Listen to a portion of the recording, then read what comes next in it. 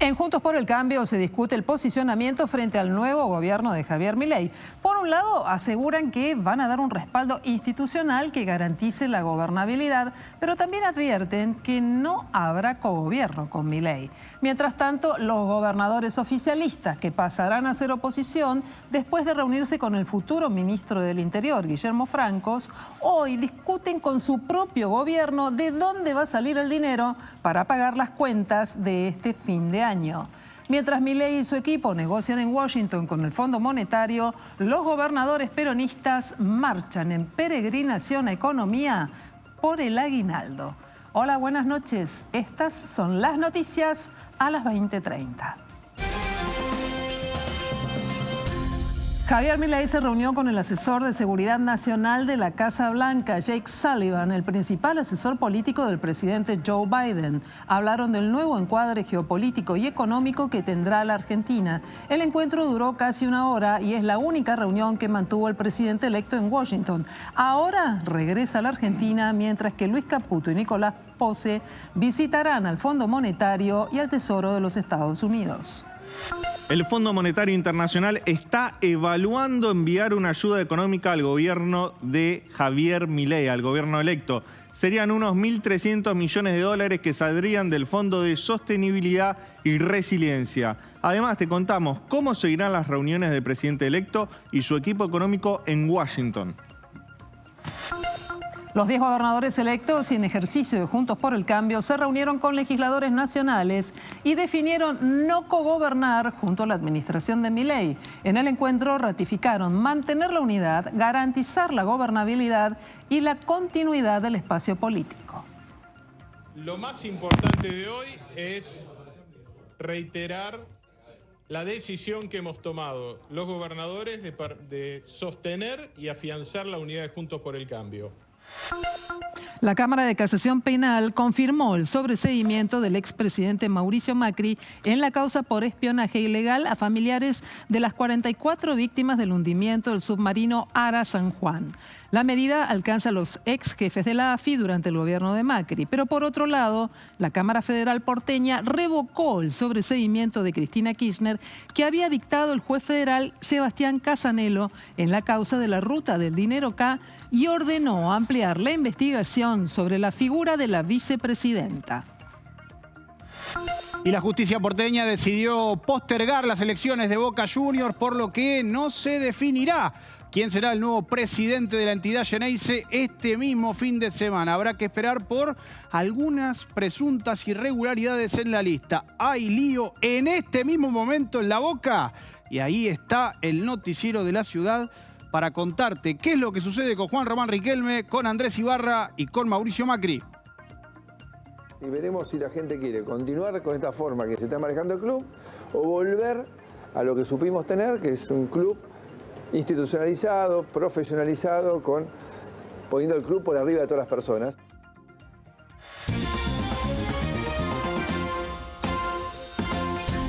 El presidente electo, Javier Milei, visitó la Casa Blanca y se reunió allí con Jake Sullivan, que es asesor de seguridad nacional del gobierno del presidente Joe Biden. Javier Milei se reunió hoy con el consejero de Seguridad Nacional, Joe Biden. Estamos hablando de Jake Sullivan, allí en la Casa Blanca. Lo acompañaron, por un lado, Nicolás Pose y también Luis Caputo, y además Gerardo Wertheim y, por supuesto, su hermana Karina. La reunión fue excelente, dijo Milei después del encuentro, donde se habló de la situación argentina, de los desafíos, de la postura a nivel internacional y de lo que va a ser el nuevo encuadre de la nación argentina dentro de las naciones que respetan la libertad. En el breve trayecto de su hotel a la Casa Blanca para concurrir a la reunión, fue saludado por un grupo de argentinos que cantaron el ya característico La casta tiene miedo.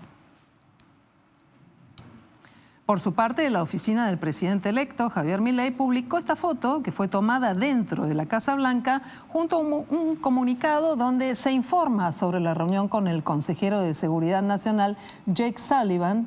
El asesor manifestó la predisposición de los Estados Unidos, se informó, para colaborar en la transición del gobierno argentino entrante ante la desafiante coyuntura política, económica y social que atraviesa el país. Así concluyó el comunicado.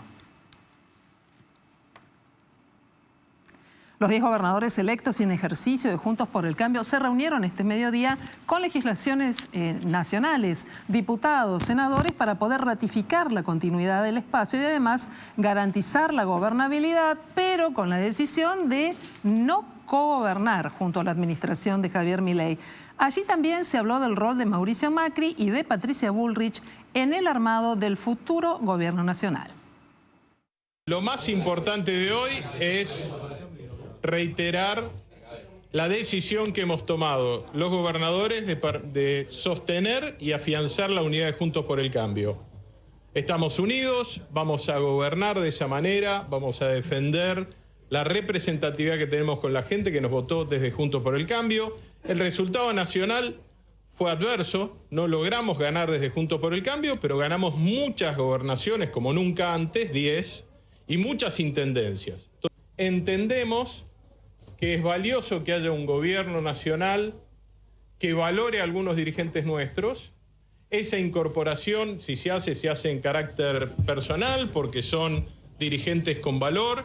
Creemos que es mejor que haya un gobierno nacional con los mejores hombres y mujeres que pueda sumar, pero es una decisión que no se toma desde Juntos por el Cambio. Juntos por el Cambio es alternativa y una sana oposición. Lo importante es que lo que debemos garantizar es el cambio y la gobernabilidad de un presidente que no tiene la fuerza parlamentaria que tiene que tener y que la experiencia de Mauricio Macri nos sirva a todos para entender que muchas veces no tener la fuerza parlamentaria significa retrasar las decisiones de gobierno, no poder tomarlas. El presidente Macri junto con el presidente Milei hablan continuamente, se chatean, hablan, tienen una relación muy buena. Seguramente lo harán presencial, no lo harán presencial, seguramente seguirán hablando porque Mauricio, lo he visto yo personalmente, tiene un gran cariño y sabe de la responsabilidad que tiene el futuro presidente y Javier Milei ha expresado públicamente el respeto que tiene por el presidente Macri.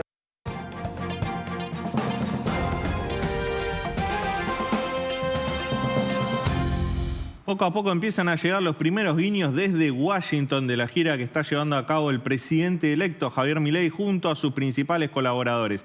¿Cuál es el primero de esos guiños? Bueno, llegó desde el FMI, Kristalina Georgieva, en unas declaraciones a la agencia Reuters, dijo que el FMI estaría dispuesto a darle un fondo especial a la Argentina, un préstamo especial para enfrentar crisis climáticas y otros shocks externos. Estamos hablando de fondos por 1.300 millones de dólares que provienen justamente de este Fondo de Sostenibilidad y Resiliencia que fue creado luego de la pandemia para asistir a países de ingresos bajos y medios que son más vulnerables, por ejemplo, al cambio climático. ¿Y a qué se refirió Kristalina Georgieva? Por ejemplo, se refirió a la sequía que está afectando a la Argentina, que este año le hizo perder exportaciones por alrededor de 20.000 millones de dólares y aprofundizó la crisis macroeconómica que vive el país.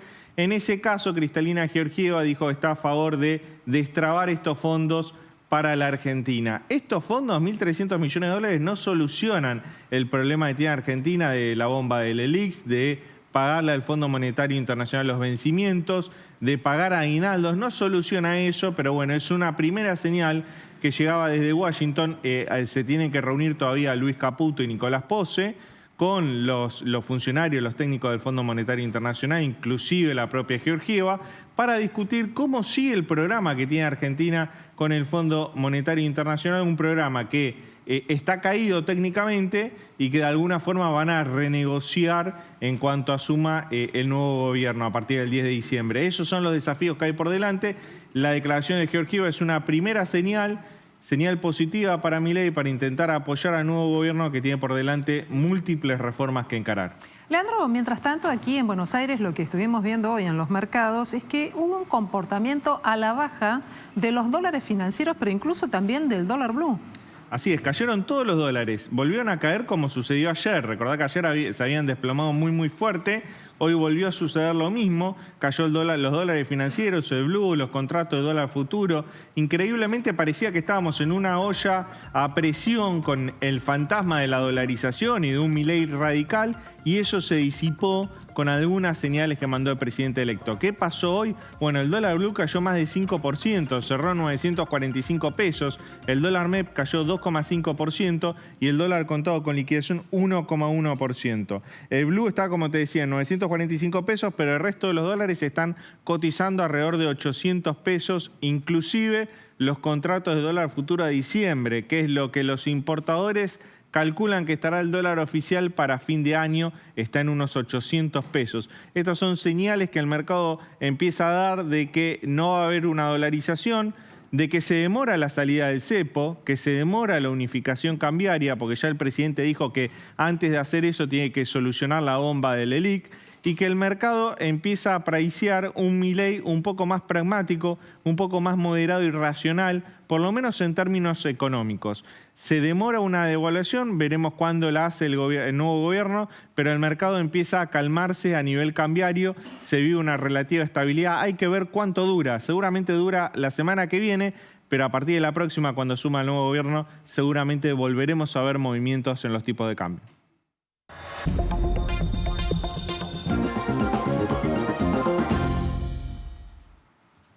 Alberto Fernández se refirió a la posibilidad de que Daniel Scioli continúe como embajador en Brasil. Recordá que ayer Diana Mondino, la futura canciller, se reunió con Scioli y luego de ese encuentro comentó la posibilidad de extender la labor de Scioli en Brasil, al menos en comisión, hasta que se defina quién se va a hacer cargo formalmente de esa sede diplomática. Bueno, no sé, yo quiero preguntárselo a Scioli. No entiendo muy bien cómo se puede representar al gobierno de Alberto Fernández y al gobierno de Milei del mismo modo, no lo entiendo. Y que no me vengan con la historia de que eso es representar a la Argentina, pues eso es falso. Pues son dos Argentinas distintas. O sea, no debería quedarse Scioli. No, ese es el problema de Scioli. Yo ya dije lo que pienso. Yo creo que cualquiera que haya trabajado en nuestro gobierno tiene que ser objetivamente imposible trabajar con Milei. Eso es lo que creo. Eso es lo que creo, porque pensamos muy distinto. Y quedó dicho, quedó visto. Sergio lo expuso muy bien en la campaña. Esta mañana el Polo Obrero y organizaciones sociales como el MTR, el Bloque Piquetero Nacional, entre otras, marcharon hacia el Ministerio de Desarrollo Social y luego hacia la Plaza de Mayo, donde reclamaron que se garantice el pago del aguinaldo, pero también que se otorguen aumentos en los programas sociales en línea con la inflación.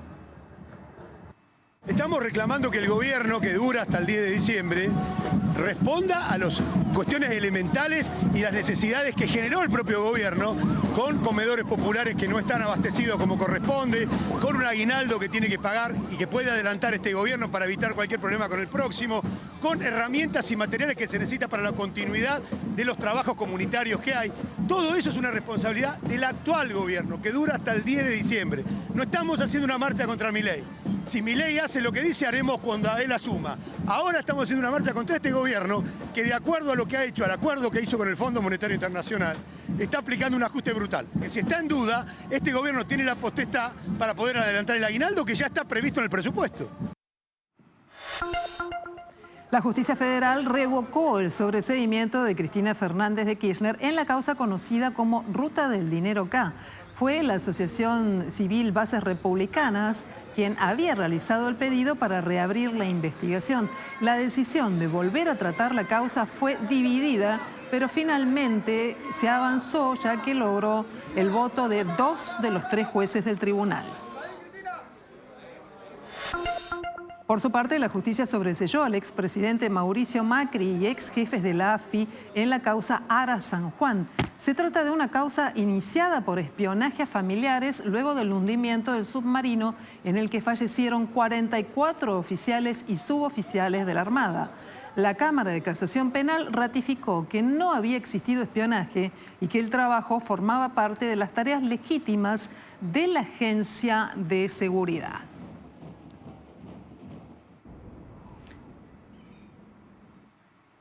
Y día y después de conocerse las decisiones de la Justicia Federal sobre Mauricio Macri y también la orden de volver a investigar a Cristina Kirchner y levantar el sobreseguimiento en la ruta del dinero, la vicepresidenta realizó un fuerte posteo en redes sociales, en este caso a través de X.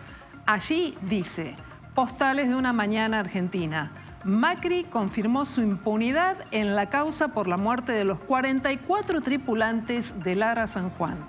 Revocó mi sobreseguimiento en la causa del dinero K y como parece que no gana, consiguió que el Poder Judicial suspenda las elecciones en Boca a 5 días de su realización. Pensar que en la Argentina todavía hay quienes hablan de la independencia del Poder Judicial y no se les cae la cara. Mamita.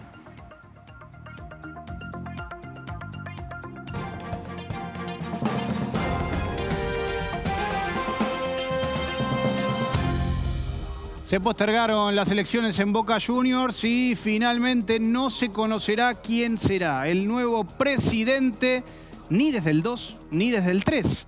Y por eso mismo está Juan Román Riquelme en conferencia de prensa junto con el banderazo autoconvocado.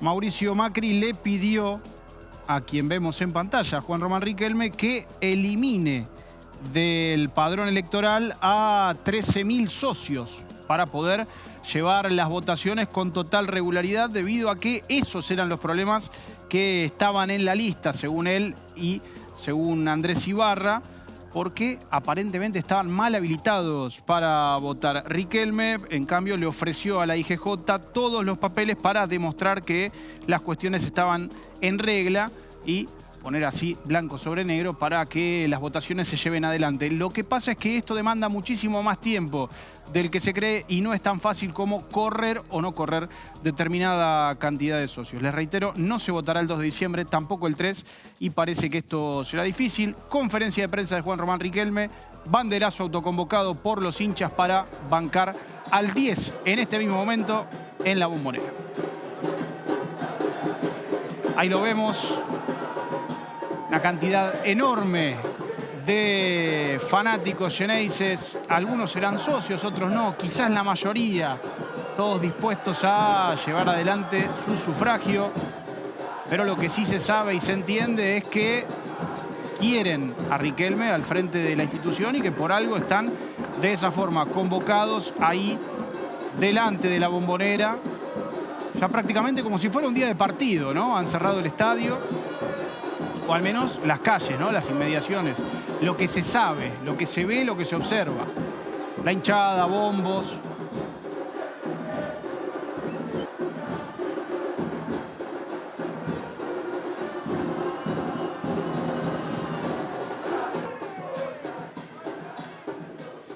Todavía se aguarda por la palabra de Juan Román Riquelme, que estará en conferencia de prensa en unos minutos. La misma será transmitida por el canal oficial de comunicación de Boca Juniors y veremos si podemos recoger también algunas palabras, las declaraciones más importantes y la explicación de vida acerca de por qué desde el lado de Juan Román Riquelme se han cancelado estas votaciones que en un principio iban a ser el 2 de diciembre y más tarde se pasaron para el 3 para luego volver a ser el 2 y ahora vaya uno a saber cuándo. Mientras tanto, Mauricio Macri aclaró y diferenció, al igual que lo hizo en su momento Juan Román Riquelme, que ambas fuerzas políticas plantean dos modelos de clubes totalmente distintos. Yo creo que, Román, tenemos la oportunidad de terminar con tantas mentiras que estás diciendo. Si vos querés realmente una elección transparente, corre esos señores que entraron cuando no debieron haber entrado, violando los derechos de aquellos que venían pagando la cuota de socio adherente, que es con la esperanza de un día de ser socio. Y con la esperanza de entrar a la cancha, que también se les ha violado todo el tiempo, por eso hay otro lío más de socios actuando contra gente del entorno Román por el tema este de las reventas. Bueno, corre estos 13.000 y votamos el domingo, que es lo que todos queremos, y veremos si la gente quiere continuar con esta forma que se está manejando el club o volver a lo que supimos tener, que es un club institucionalizado, profesionalizado, poniendo el club por arriba de todas las personas, sino que el club sea como el patio de la casa de una persona, como él dice, ¿no? Entonces, el club es el patio de mi casa, ¿no? Ahora, Juancho, Boca es un hervidero porque no se sabe cuándo se va a votar. Las declaraciones son muy fuertes. Los resultados, los últimos, no acompañaron tanto. Y en el medio de todo esto, también hay que analizar la situación económica y financiera. ¿Cómo queda Riquelme ahora?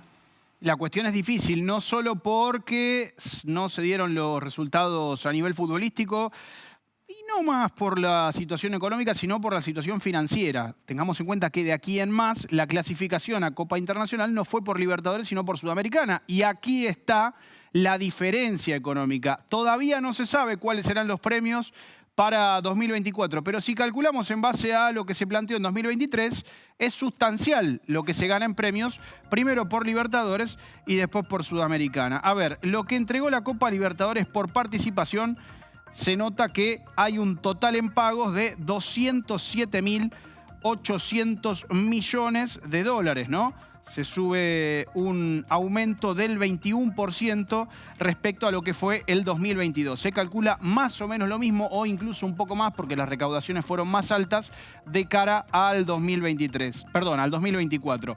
En cambio, son 77.800.000 los que se entregaron en premios con un aumento del 30%. Sí, el aumento fue superior, pero la cifra no es ni siquiera comparable en la Copa Sudamericana. Esto va a hacer que el Xerei se lo sienta, pero puede que no tenga que reforzar tanto el equipo, porque quizás la Copa, sin desmerecerla, es de menor magnitud en cuestión de rivales.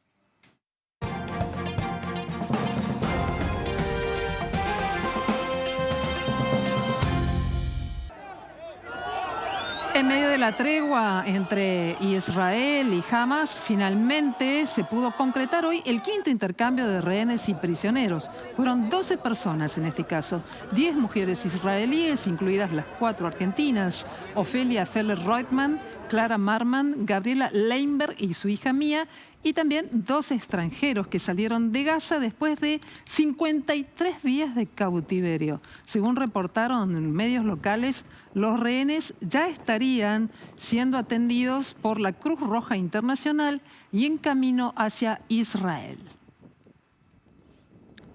El ejército israelí y Hamas se acusan mutuamente de haber violado la tregua en la Franja de Gaza después de un incidente en el norte, donde varios soldados israelíes resultaron heridos. 3 artefactos explosivos fueron detonados junto a tropas de las Fuerzas de Defensa de Israel en 2 lugares diferentes en el norte de Gaza, y de esta manera se violó el marco de la pausa operativa.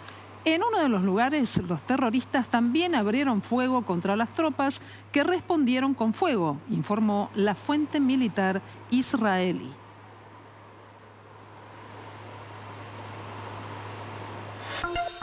Durante el día de hoy, altas temperaturas en gran parte del centro y del norte del país. Las altas temperaturas llegaron también al norte de la Patagonia, pero claro, esta vez cargado de humedad toda la atmósfera y con la llegada de tormentas que ya durante la tarde de hoy se empezaron a generar sobre la región de Cuyo, La Pampa y partes de la provincia de Buenos Aires. Por eso el pronóstico para la ciudad de Buenos Aires ya nos adelanta de que el tiempo va a estar desmejorando a partir de la próxima madrugada. Se espera que mañana tengamos chaparrones y tormentas con mejoramientos temporarios. No se ilusionen porque no va a llegar un descenso de temperatura. Vamos a continuar dentro de la misma masa de aire toda la semana con mejoramientos temporarios en cuanto a las precipitaciones. Pero vamos a ver, porque hay varias regiones del país que ya se encuentran en alerta por tormentas fuertes, y acá lo vemos en color amarillo. Yo recién les decía que la región de Cuyo, el centro y norte de Mendoza, el este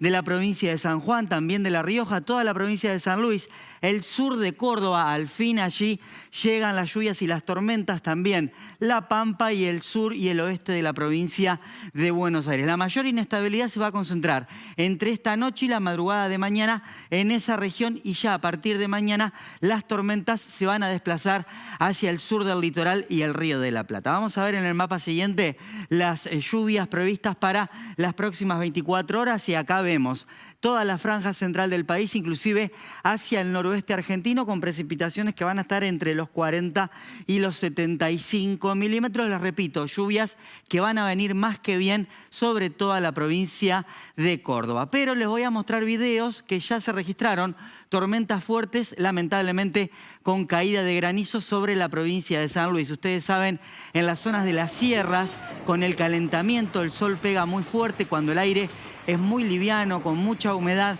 se disparan fuertes tormentas. Y las imágenes que les muestro es de la ciudad de Villa Reynolds, al este de las sierras de San Luis, pero granizo impresionante. Ahí vemos Nueva Escocia, eso era la zona de campo de Nueva Escocia, todo blanco, el granizo se acumuló muchísimo y las tormentas lamentablemente generaron daños sobre las zonas agropecuarias. Ahí vemos la violencia con la cual caía el granizo, un granizo que estaba entre 2 y 5 centímetros de diámetro. Atención entonces, porque en las próximas horas las tormentas fuertes se van a expandir a gran parte del centro del país, como les mostré.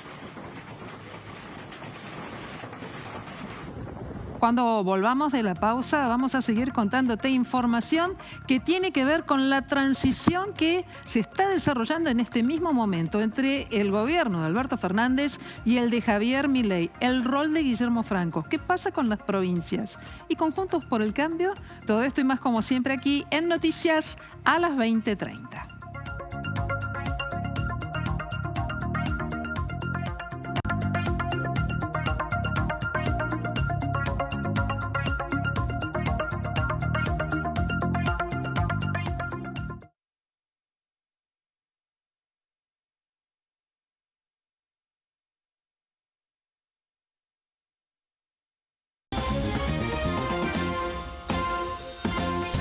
Nos vamos a la Bombonera. Hay mucha expectativa, Juancho, por saber qué es lo que va a decir Juan Román Riquelme esta noche.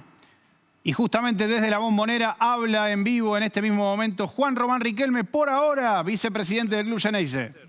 Si vos me lo permitís, lo que vos me acabas de preguntar, yo voy a hacer entrar al señor Walter y te va a explicar 3 o 4 cosas y después yo me voy a quedar con ustedes hablando todo el tiempo que ustedes quieran. ¿Sí? Muchas gracias. ¿Podés preguntar otra vez o lo aclara él directamente y ya está? Hola, buenas tardes. Mucho gusto. Simplemente para aclarar, como apoderado del club, que la resolución dictada en el día de la fecha por la titular del Juzgado Civil número 11, a nuestro criterio tiene serias falencias que van a motivar las presentaciones pertinentes. La primera de ellas tiene que ver con la competencia que se ha arrogado su señoría. En este sentido, hay una causa en trámite ante la Justicia Federal previa a esta acción intentada por el candidato Ibarra, que debía entender en este planteo y, sin embargo, la jueza, haciendo caso omiso a esta denuncia que hizo Boca de la existencia de este expediente, decidió dictar esta medida igualmente. En segundo lugar, hay una clara irregularidad con las fechas que utiliza la magistrada para fundar su resolución, en tanto y en cuanto parece que usó un calendario del 2023 diciendo que las afiliaciones habían ocurrido un sábado y un domingo y en realidad las fechas correctas que ocurrieron entre jueves y viernes. O sea, no sé dónde salió el sábado y domingo. En tercer lugar, hay un acta de comisión directiva el 12 de junio del 2019, todavía en funciones la comisión directiva anterior, donde en reunión de comisión directiva participó el señor Ríos, que es firmante junto con el candidato Ibarra del pedido de suspensión de las elecciones, que ratifica en esa acta de comisión directiva la potestad de la comisión directiva de designar socios activos. Resulta cuanto menos llamativo que quien firmó un acta diciendo que la comisión directiva podía designar socios activos, ahora suscribe una medida cautelar pidiendo la suspensión de las elecciones por haber designado socios activos. Además, en el 2019 ya hubo una acción judicial que llevó adelante el señor Ricardo Rosica pidiendo una impugnación del padrón, no la suspensión de las elecciones. Y en ese momento la Cámara Civil resolvió que no se podían dictar este tipo de medidas cautelares sin darle intervención a todos aquellos socios que se estaban impugnando porque se les estaba violando su derecho. En este momento, Walter Krieger, uno de los abogados de Boca, quien está a cargo de analizar lo que es el padrón y también darle paso a estas elecciones en Boca Juniors, da explicación de que, bueno, los argumentos utilizados por el frente opositor para cancelar estas elecciones no son para nada válidos y, por eso mismo, deberían realizarse las elecciones que aparentemente, por lo que lleva de proceso la IGJ y además de todo el tribunal correspondiente, no van a poder realizarse, pero las explicaciones están a la orden del día, tanto para los periodistas como para los hinchas. Cuando hable Juan Román Riquelme, tendrán la palabra, como corresponde. Finalmente, y esto llama poderosamente la atención. Bueno, comenzó la transición también en el área del Ministerio del Interior. Hoy en Casa Rosada, allí funciona el escritorio del Ministro del Interior. Se encontraron por un lado Eduardo Guado de Pedro y por el otro Guillermo Francos, el futuro ministro. De Pedro estuvo acompañado por su segundo, José Lepere, mientras que Francos lo hizo con Lisandro Catalán. ¿Será tal vez el próximo secretario de Interior? A 12 días de comenzar un nuevo gobierno, Eduardo Guado de Pedro recibió allí en su despacho de la planta baja de la Casa Rosada a quien va a ser su sucesor. Por supuesto, estamos hablando de Guillermo Francos en un encuentro en el que comenzaron a acordar la transición en este ministerio. La reunión ocurrió después de que Francos asistiera a un encuentro de los gobernadores del peronismo. Una reunión cordial en la que conversamos sobre las inquietudes que tienen los gobernadores con el gobierno que asume el 10 de diciembre. Hablamos sobre los problemas que le ocasionó, no me empujen por favor, los problemas que ocasionó la reforma de ganancias y el impacto del IVA que tuvo para los gobiernos provinciales en el sistema de coparticipación. Conversamos sobre eso y sobre la forma que tiene de solucionarlo el gobierno que lo ocasionó. Y hablamos también del tema de las obras de las provincias y estamos buscando los caminos para llegar a un acuerdo. Hay una cuestión que sí le hemos planteado, que le hemos planteado al actual presidente también. Cuando se decide la quita de impuesto a las ganancias, a la cuarta categoría, y también la devolución del IVA, que es hasta diciembre, esto produce en los últimos meses del año un impacto importante en las provincias. Y a partir del año que viene, la continuidad de la ley va a significar un impacto muy fuerte por la caída de los ingresos a la nación y la parte coparticipal de las provincias.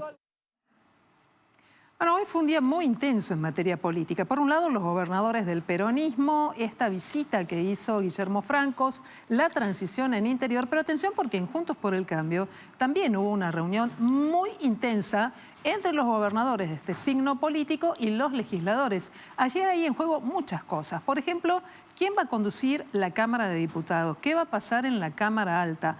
Alguna rispidez y ni siquiera una buena foto de familia. Esta noche vamos a conversar sobre este tema junto a Santiago Leiras, que es analista político y tal vez nos permita descubrir qué va a pasar además con Juntos. Buenas noches, gracias por estar con nosotros. Primera pregunta, Juntos por el Cambio, ¿será oficialismo u oposición? ¿Qué tal, Silvina? Buenas noches, bueno, gracias por la comunicación. Bueno, ese es un tema que lo iremos viendo con el transcurso de las próximas semanas. Difícil al principio saberlo, ¿por qué? Porque hay un problema de base que es el problema que tenía ya hace mucho tiempo, ya Juntos por el Cambio, que era el problema de la resolución del liderazgo. Hasta el 2019 uno podía identificar a la figura de Mauricio Macri como un liderazgo natural de la coalición. Esto dejó de tener lugar a partir del 2019, con un contexto en el cual actores que ocupaban un rol, podríamos decir, más periférico de la coalición, empiezan a tener su propio espacio y poder territorial, llámese el radicalismo, y empezaron a plantear, bueno, la lógica disputa por el liderazgo de la coalición.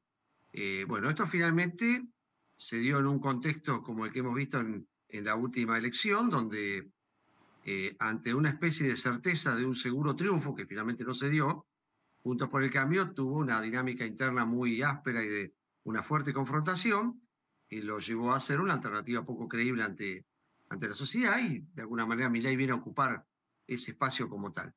De manera que, bueno, el problema del rol de Juntos por el Cambio será una tarea a resolver junto con otras. Santiago, yo hago esta pregunta. Usted de liderazgo también, ¿no? Perdón, no entendí la última parte que decías. No, decía que, bueno, esto será una tarea a resolver, la del rol que juegue Juntos por el Cambio, Sí. pero entiendo que esto va a estar supeditado a cómo se dirime la cuestión de quién tiene el liderazgo al interior de la coalición. Bien. Estamos dando por supuesto que esta coalición existe todavía. Claro, yo te hacía esta pregunta sobre ser oficialismo u oposición, no de manera casual, porque se está definiendo quién va a ser presidente de la Cámara de Diputados. Si el diputado Cristian Ritondo, un hombre del PRO, aliado de Mauricio Macri y de Patricia Bullrich, o si va a ser Florencio Randazzo, un hombre del gobernador de la provincia de Córdoba. Hoy se sacaron una foto, hubo un tuit, porque quien presida la Cámara de Diputados tiene que defender los proyectos de ley del presidente. Y hay que ver qué pasa con esos proyectos de ley, ¿verdad? Un proyecto de ley ómnibus, reforma del Estado, un nuevo número de ministerios, la eliminación de algunos de ellos, reformas en materia de seguridad, reforma laboral. Digo, hay que ponerse la camiseta del presidente para sentarse en algunas posiciones. ¿Cómo ves esto? Bueno, desde el lugar de la oposición es complejo porque la oposición tiene un desfiladero muy estrecho. Por un lado, tiene que cumplir el rol que la sociedad asignó en el último proceso electoral, y al mismo tiempo tiene que generar un estilo razonablemente cooperativo que le permita al gobierno disponer de las herramientas para poder gobernar, pero también poniendo límites, porque en algún punto tendrá que poner límites si alguna de esas herramientas que propone el Ejecutivo implica afectar derechos o afectar recursos, ¿no? Sobre todo en un contexto donde también los gobernadores no solo juegan su prestigio local, sino también la disponibilidad de tener recursos para hacer política pública, ¿no? Al mismo tiempo, los gobernadores es complejo, porque los gobernadores en muchos de sus territorios han tenido un triunfo electoral muy significativo de Milei, con lo cual, al mismo tiempo que tiene que plantear algún tipo de poder de bloqueo, tienen que utilizar de manera muy dosificada este instrumento en aras de no ponerse en contra a aquellos electores que han votado oficialismos provinciales y que han votado Milei a nivel nacional, digamos. Bueno, es un desfiladero obviamente de una enorme complejidad, ¿no es cierto? Santiago... Este desfiladero va a ser un desfiladero al cual lo van a recorrer tanto los gobernadores, quien esté a cargo de la oposición legislativa, como el propio presidente, digamos, ¿no? Santiago, ¿qué tal? Te saluda Leandro Dario. Te quería consultar por la conformación del gabinete de Milei. Ha intentado seducir a peronistas de Schiaretti, sectores de Juntos por el Cambio, del PRO. Ha ofrecido distintos cargos en su gabinete, ¿no? ¿Se está armando una especie de coalición multipartidista al estilo de Brasil? Viste que en Brasil acuerdan con sectores del Congreso para tener un apoyo y una bancada oficialista más amplia. ¿Está buscando eso Milei? Milei creo que es consciente, y quienes lo rodean es consciente de la escasez de recursos de los cuales dispone, ¿sí? No tiene gobernadores, no tiene intendentes, tiene un reducido núcleo de diputados y de senadores, y como vos decís, me parece que apunta en esa dirección, ¿no? En tratar de construir, hablando del ejemplo de Brasil, como una suerte de presidencialismo de coalición, digamos, ¿no? Y que la lógica del presidencialismo de coalición justamente es, bueno, el presidente es el titular ejecutivo, pero intenta gobernar en un contexto de alguna alianza que se traduzca en algún esquema de distribución de cargos en el ámbito del poder ejecutivo y o en alguna alianza legislativa que permita por lo menos al presidente tener y disponer de los recursos básicos para poder gobernar, digamos, ¿no? Me parece que los esfuerzos están en esa línea, ¿sí? Después veremos si efectivamente eso lo logra o no, ¿no? Todos teníamos una intriga, un comentario muy cortito, ¿no? Teníamos una intriga respecto a cómo se iba a comportar Milei con respecto a la casta, ¿no? Y decía, bueno, las posibilidades son que o decida gobernar sin la casta o decida hacerlo con la casta. Bueno, me parece que vamos por esta segunda vía, digamos, ¿no? Pasa, Santiago, sentido, que allí hay que sentarse y negociar. Hay que negociar y hacer política. Y hasta aquí no parecía demasiado flexible el mensaje de Javier Milei para tener esa posibilidad de abrir negociaciones. ¿Vos pensás que también habrá pragmatismo en ese sentido? ¿Y hasta dónde es capaz de negociar? Bueno, esa es una buena pregunta que la iremos viendo con el correr de los días. Yo me da la sensación que Milei está haciendo un curso acelerado. Me parece que está haciendo un curso acelerado en estos días y que ha tomado conciencia de las limitaciones y del contexto en el cual se desenvuelve, ¿no? Yo permitíme apelar a una especie de metáfora futbolística, o deportiva, si querés. Milei es como si dijera, mira, es un tipo que jugó toda la vida al básquet y de la noche a la mañana se da cuenta de que tiene que aprender a jugar con las reglas del fútbol, ¿no? Bueno, está haciendo un aprendizaje acelerado y probablemente en ese aprendizaje más de una vez le pegue con una mano, como si siguiera siendo un jugador de básquet, digamos, ¿no? Yo le decía hace un rato a un colega de ustedes, miren, las capacidades son una intriga. Y volviendo a la metáfora futbolera que yo les decía, miren, Milei puede ser dos cosas, o es Scaloni o es Sampaoli, o es la planificación de Scaloni o es el vértigo de Sampaoli, ¿no? Bueno, veremos a partir del 10 de diciembre cuál de estas dos modalidades de técnicos.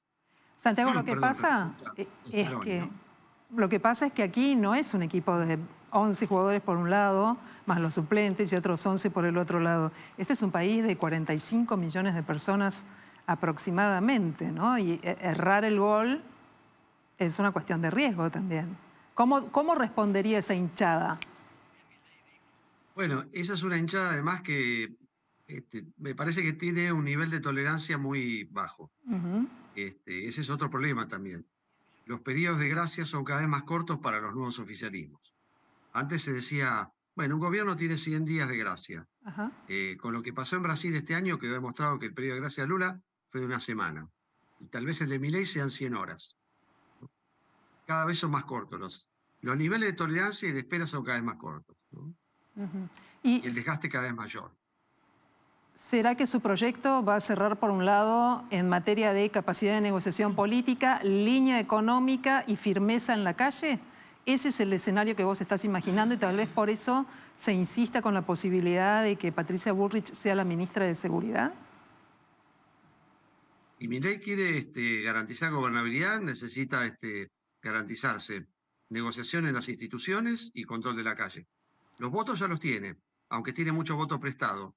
Pero si no logra establecer una alianza legislativa, le hace tener un buen manejo a nivel institucional, y no logra el control de la calle, es probable que tenga muchos problemas en el corto y mediano plazo en el andar de su propia experiencia a partir del 10 de diciembre, digamos, ¿no? El gran interrogante respecto a la calle es la cuestión también de la tolerancia, ¿no?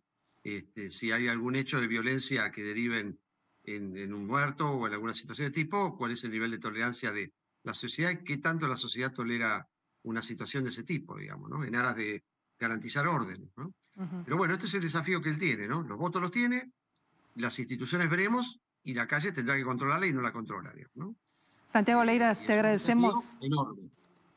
Sí, es un gran desafío. Ojalá que no llegue a ese punto extremo que sería, por cierto, muy doloroso. Te agradecemos mucho este ida y vuelta aquí esta noche en Noticias a las 20:30. Gracias. Gracias a ustedes, ¿eh? Muy bien. Y volvemos a Juan Cruz porque en la Bombonera hay declaraciones de Juan Román Riquelme. Sigue la conferencia de prensa y Román no tardó en dejarle alguna que otra patadita a Mauricio Macri, teniendo en cuenta que, al parecer, según la vista de quien fue el número 10 más ganador de la historia de Boca, es Macri quien no lo deja disfrutar al hincha de Boca de lo que pueden ser las votaciones. Riquelme dijo tal cosa de la jueza. ¿No? Y una jueza, ojalá que la jueza 1:40 hoy vuelva a firmar el papel. Que mañana a la mañana tengamos la suerte de decirle a los hinchas que vamos a vivir una fiesta el día domingo. Tenemos todo preparado, las carpas están hermosas. Estamos ilusionados con disfrutar mucho, con pasarla bien. Te vuelvo a repetir, si lo único que queremos es que nuestros hinchas disfruten y mucho. Cada 4 años tiene que ser una fiesta.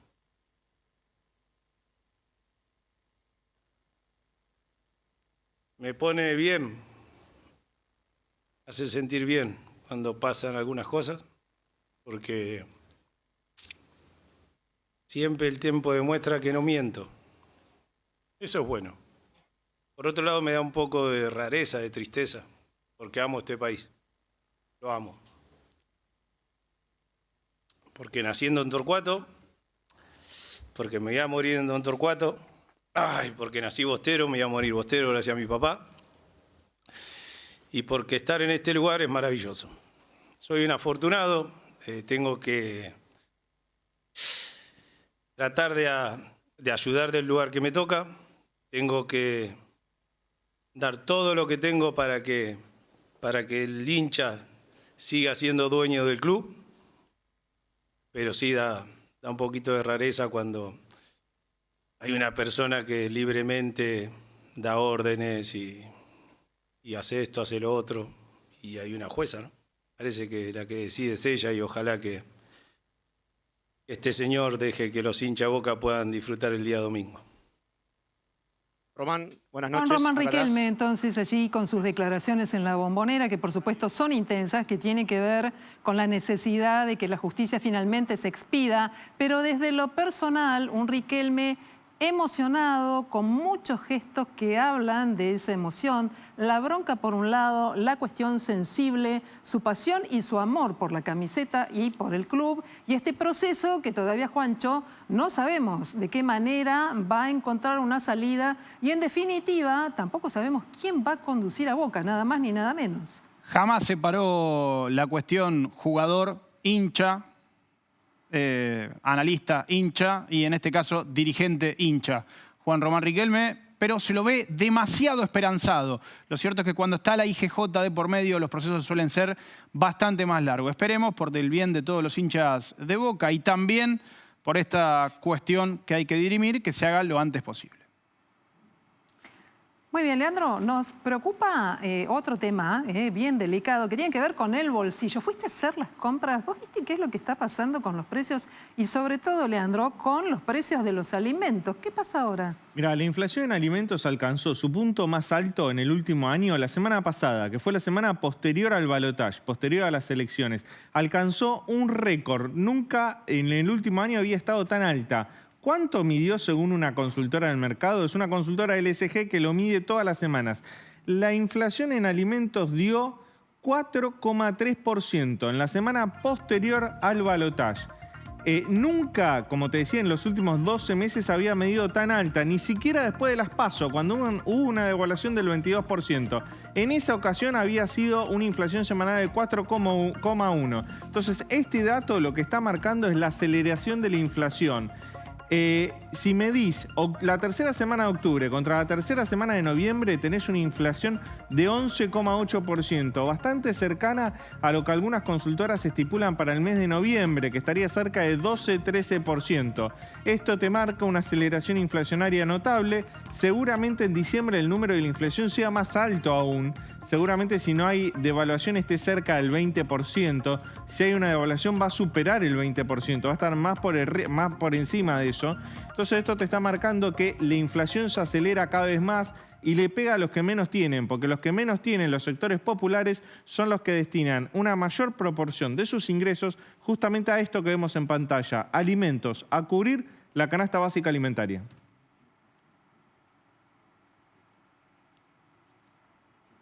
Bueno, ustedes saben que hay un proceso que está permitiendo liberar rehenes luego del conflicto que se está viviendo entre Israel y Hamas. Pero no todos los rehenes están todavía en libertad y entre este grupo de familiares la inquietud y la incertidumbre es muy grande. Por eso esta noche voy a saludar a Sandra Miasnik. Sandra tiene a dos familiares que todavía están en cautiverio. Por un lado su tío, el señor Silverman, pero además ella es tía del pequeño bebé que ya debe tener alrededor de 10 meses, si no me equivoco, del que nada se sabe hasta aquí. Sandra, muchas gracias por estar con nosotros esta noche. ¿Cómo se vive este proceso y este tiempo tan particular en el que los familiares, los seres amados, todavía no vuelven a casa? Hola, ¿qué tal? Buenas noches, Lina. Buenas noches a todos. Permitime una aclaración. Mi tío José Luis y su esposa Margit, padres de Shiri. Shiri es la mamá de Kfir y Ariel. Bueno, mi tío José Luis y Margit fueron asesinados. Empezamos a partir del 7 de octubre con la espera de 6 de mis familiares y en este momento, con la desaparición de José Luis y Margit, ahora estamos esperando a Shiri, a sus hijos Pir, que tiene 10 meses, Ariel, que tiene 4 años, y a Yarden, que es el papá de los chicos. Bueno, te pido disculpas por esta situación, por supuesto te acompañamos en este proceso y más grave todavía, mucho más delicado. ¿Cómo se afronta este momento en el que algunos vuelven y los tuyos todavía no? Bueno, es difícil, hace más de 50 días que estamos en plena incertidumbre. Hasta ayer no teníamos ningún tipo de novedad acerca de cómo estaban, de si estaban vivos siquiera, y a partir de ayer el ejército israelí informó que están vivos. Esa es la información que tenemos. Nosotros no tuvimos ningún tipo de prueba de vida, pero es lo que dijo el ejército, y aparentemente ya no están en manos de Hamas, sino en manos de otro grupo de terroristas también de la zona de Gaza. ¿Y cómo se reconstruye entonces esta pista por saber dónde están los familiares y hasta qué punto pueden llegar a formar parte de algún tipo de conversación o de hecho que permita una negociación que los traiga de vuelta? Bueno, eso es lo que están diciendo. Mi familia es un botín entre dos grupos terroristas. Hamas aparentemente está negociando con este otro grupo de terroristas para poder a su vez ofrecerlos en intercambio a Israel por los prisioneros que están en las cárceles israelíes por atentados a la población. Sandra, ¿sabemos qué grupo es el que los tiene cautivos ahora? Hay varios grupos, yo me estoy enterando de ahora, no tengo muy claros los nombres. Sé que está la Yihad Islámica y hay otro Frente Popular para la Liberación de Palestina. Así que aparentemente están Kfir, Ariel y Shiri en manos de algunos de ellos. Entendemos que Yarden, el papá de los chicos, no está con ellos, está retenido en algún otro lugar. Se sabe que hay distintas líneas de negociación. Por un lado, la Cancillería argentina, el gobierno argentino; por el otro lado, gestiones de otra característica con las autoridades cataríes, el expresidente Mauricio Macri también allí en alguna conversación. ¿Vos y tu familia ha podido hablar con la Cancillería argentina, con allegados a Macri, para tratar de facilitar esta tarea de vuelta? Sí, hace algunas semanas tuvimos una reunión, algunos de los familiares de los argentinos que están retenidos, con el presidente Alberto Fernández y el canciller Santiago Cafiero. Ellos manifestaron que están haciendo todo lo posible para poder negociar con Qatar, por el intermedio de Qatar y Egipto y Turquía. Pero bueno, no tenemos más comunicación que esa. Aparentemente ellos siguen trabajando en esa línea, pero no tenemos mucha novedad al respecto. ¿Los rehenes que han sido liberados les permitieron tener a ustedes como familia algo de información, alguna consideración que les permita ir un poquito más allá dentro de esta falta absoluta de información? No, nosotros no hemos podido hablar con ninguno de ellos. Entendemos que están a resguardo, tratando de recuperarse de las heridas físicas y emocionales después de estar tantos días en cautiverio. Así que bueno, toda la información que tenemos son trascendidos. No sabemos puntualmente, nadie los vio a ellos, como para contarnos cómo están. Estamos hablando de un bebé de 10 meses que no sabemos siquiera si la alimentación que recibió es la adecuada, si mi prima pudo amamantarlo. Contemplemos también que la alimentación de la mamá en el periodo de lactancia también tiene que ser la adecuada como para poder amamantar y transmitir los nutrientes adecuados a su hijo. Entonces, son muchos los interrogantes acerca del bienestar de los chicos. Claro, nos imaginamos, es una situación realmente muy, muy dolorosa, muy difícil de poder sobrellevar. Además, en este momento se produce un escenario de transición política.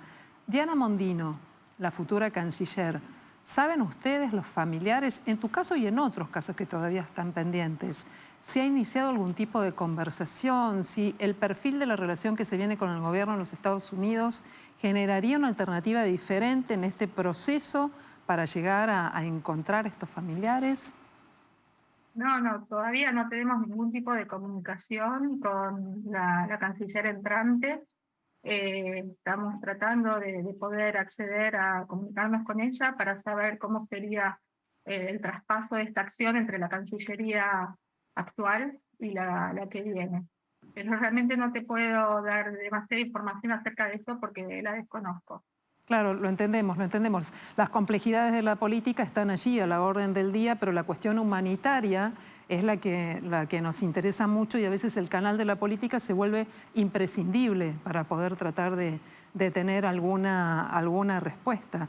Estoy pensando en... Sí, nosotros tuvimos, al principio de todo, se comunicó Cancillería inmediatamente con nosotros, nos ofreció ayuda psicológica, la verdad que sentimos que en ese sentido estuvieron muy bien, pero después, más allá de la conversación que tuvimos, como te dije, en la reunión con el presidente y con Cafiero, mucho más no pudimos comunicarnos. Sabemos que las instituciones más importantes de la comunidad judía también tuvieron una reunión con ellos en este sentido. Así que bueno, se mostraron colaborativos y predispuestos a ayudarnos, pero entendamos que también es muy difícil porque estamos hablando de terroristas que actúan en la clandestinidad, entonces cualquier tipo de comunicación tiene que ser a través de otros países también. Estamos hablando de que sabemos que Qatar es un país que financia este tipo de grupos y en donde viven las autoridades, porque las autoridades de Gaza, el gobierno de Hamas no vive en Gaza, vive en Qatar. Entonces, bueno, se dificulta mucho todo ese tipo de comunicación. No podemos hablar en el mismo idioma ni de país a país. Bien, esperamos que haya algo que toque el corazón de estas personas y que permita que cada uno de los rehenes que están hoy allí en esa situación tan terrible, tan dolorosa, tan tremenda para ustedes se modifique y permita encontrar una salida, que no sea una cuestión imposible y que tus familiares y este bebé tan esperado puedan volver a casa. Sandra Miasnik. No hay forma de tocar el corazón de estas personas. Y todos vimos los videos de las cámaras GoPro que tenían estos terroristas el 7 de octubre y las aberraciones que hicieron. No es posible pensar que es gente con la que se puede hablar desde la sensibilidad. Estamos hablando de que tienen secuestrado a un bebé de 10 meses y en este momento más de 200 personas más siguen retenidas. Estas liberaciones de rehenes son solamente un pequeñísimo porcentaje del total que se llevaron aquel 7 de octubre, más todos los asesinatos que cometieron. De todas maneras, que no sea un imposible. Te agradezco mucho estar esta noche Así con esperamos. nosotros. ¿Sí? Muchas gracias. Muchísimas gracias a vos. Buenas noches. A ustedes. Adiós. Bolivia recibe ayuda internacional para tratar de sofocar la cantidad de focos de incendios que se encuentran fuera de control en nuestro país vecino. Les cuento que el Beni es uno de los departamentos bolivianos que más está siendo afectado por la sequía y el pasado 14 de noviembre, el gobierno local declaró el estado de desastre departamental por la sequía y por los focos de incendio. Los incendios se han registrado con más fuerza sobre los municipios de San Borja, Baures y San Javier. El gobierno de los municipios dicen que están rebalsados de la cantidad de focos de incendios y de la precisan personal para tratar de mitigarlos. Por eso, Francia en las últimas horas envió 70 bomberos y también otros 70 envió Venezuela. El Cuerpo de Bomberos de Bolivia informó que se han sofocado durante los últimos días 200 incendios en el norte del departamento de La Paz. Claro, recordemos que estamos con el fenómeno del Niño. Es un cambio en la circulación de la atmósfera que genera más lluvia en la República Argentina, pero menos lluvia sobre Bolivia y la parte oeste de Brasil, es decir, la región de la Amazonía. Vienen varios meses muy complicados sobre esa parte de Sudamérica. Y desde Sudamérica vamos a ver imágenes porque en Indonesia el volcán Krakatoa volvió a entrar en erupción. Lo hizo de forma débil, pero de acuerdo, ahí les muestro las imágenes. La columna de cenizas volcánicas alcanzó los 6 kilómetros de altura. Según los testigos, el día se hizo de noche completamente, pero según las autoridades, si bien hubo que derivar algunos vuelos, no hay vuelos cancelados en la región. El Krakatoa entró en erupción por última vez, una erupción moderada, en junio y agosto del año 2019. Pero recordemos que es un volcán, digamos, de los más activos a lo largo de los últimos 200 años y de hecho en el año 1883 tuvo una erupción tan impresionante que hubo 40.000 muertos en esa región y además fue el que generó un impacto en la atmósfera de todo el planeta. La cantidad de cenizas volcánicas que ese volcán emitió hacia la atmósfera fue semejante como para disminuir la temperatura del planeta durante esos años en 2 grados. Cuando volvamos de la pausa vamos a hablar de la vuelta de un piloto de Fórmula 1 que es argentino. Estos temas y más aquí en Noticias a las 20:30.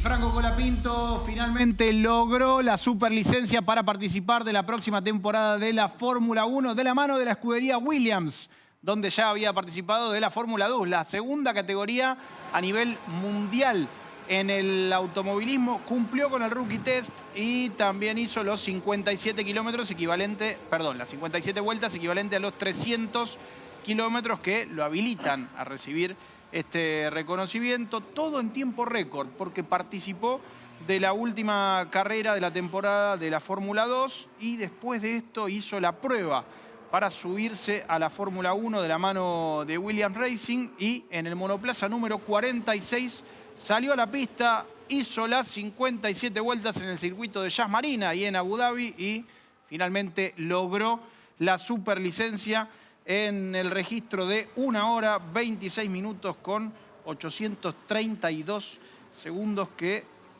lo invitó a culminar en el lugar 10º.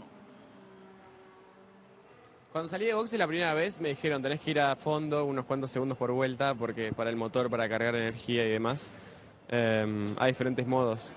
Y cuando aceleré a fondo, cuando salí de boxe me tiré la cabeza para atrás como si hubiera sido en un avión, ¿viste? Pero ¿viste cuando esos videos de los aviones de piruetas? Así era. Me tiraba la cabeza para atrás, para adelante, frené por primera vez en la curva 5 y la cabeza me hizo tope con el Hans. Pero nada, o sea, fue un poco de... El cuerpo se te va acostumbrando, ¿no? Con el tiempo y creo que es un poco el shock que recibís al principio hasta que te acostumbras. Es una locura la potencia que tiene la frenada y acostumbrarte a todo eso, a esas Gs...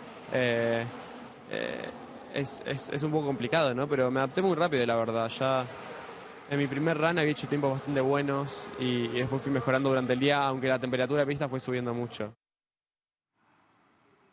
Nacho, quiero saber qué hago mañana. ¿Llevo paraguas o no llevo paraguas cuando tenga que salir de casa? Contanos. Sí, la verdad es que mañana con el paraguas a mano porque las condiciones de inestabilidad van a estar presentes con mejoramientos temporarios. O sea que ya desde la mañana vamos a tener la probabilidad de alguna precipitación. Ahora la temperatura altísima, 26 grados 7 décimas. Ahí orillando los 27 grados de temperatura casi a las 10 de la noche. La humedad 73%. El viento del este que sopla a 7 kilómetros por hora. El cielo se encuentra mayormente nublado y la presión es baja de 1004 hectopascales. Todos esos ingredientes son el presagio, las condiciones iniciales para que mañana tengamos una mínima elevada, 23 grados durante horas de la mañana, con cielo completamente cubierto. La probabilidad de algún chaparrón es baja en horas de la mañana, pero existe. El viento va a cambiar al sector sur moderado con algunas ráfagas y a partir del mediodía aumenta las chances de algún chaparrón, de alguna tormenta de forma aislada. Es muy probable que mañana tengamos lluvias sectorizadas que no cubran todos los barrios porteños, por momentos sí, por momentos no. La máxima, 26 grados y el viento del sur. Y en horas de la noche va a seguir inestable probabilidad de chaparrones durante horas de la noche con 21 grados de temperatura y viento moderado que va a continuar soplando del sur. Vamos a tener buen tiempo el jueves y vuelven las lluvias y con mucha fuerza el viernes. Bueno, muchísimas gracias, Nacho. Todos atentos a lo que acaba de decir. Hasta aquí te contamos toda la información de lo que pasó en tu ciudad, en el país y en el mundo. Mañana volvamos a encontrarnos para hacer juntos más noticias a las 20:30. Ahora a descansar. Chao.